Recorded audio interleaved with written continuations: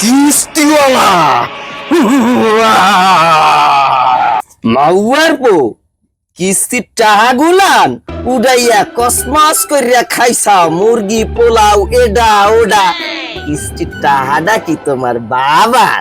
এই টাহাডা দেবে কেডা? তোমার বাবা। কিস্তি দাও না, তোমার আমি সাল মানুষ, তোমার বাড়িতে মোর আলাগ যায়। ওই চাল 3-4টা মার্ডার কইরা মেলা দিন জেলে আছিলাম বুঝছেন। কয়েকদিন আগে জামিনে চারা পাইছি, যেন কারে বলিয়া দেমো মাথার কোনো ঠিক ঠিকানা নাই বুঝছেন।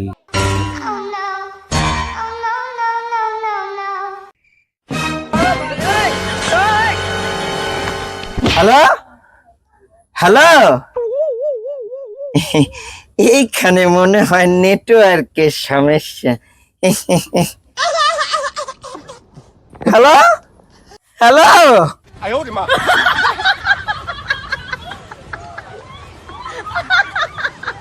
আজকে আমি কিস্তি নালে এখান থেকে যাব না চান্দু, কিস্তি তোমাকে দিতেই হবে। তাড়াতাড়ি কিস্তির টাকা বের করো। ওই চার আইছেন তো মেলা দূরের থেকে, আগে একটু চা নাস্তা খান, মাথাটা ঠান্ডা করেন। কিস্তি তো আজকে পাইবেন না। ওই কুতকুতি চারে গুলো গিয়া চা নাস্তার ব্যবস্থা কর।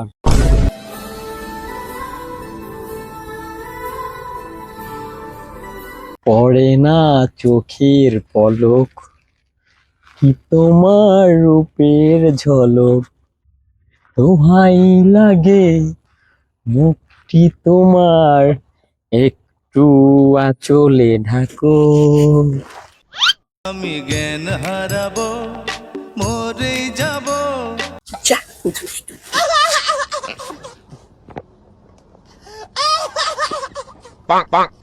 ওই কুতকুতি বইনে জি ভাইজান, আমার পিস্তলটা লই আই তো।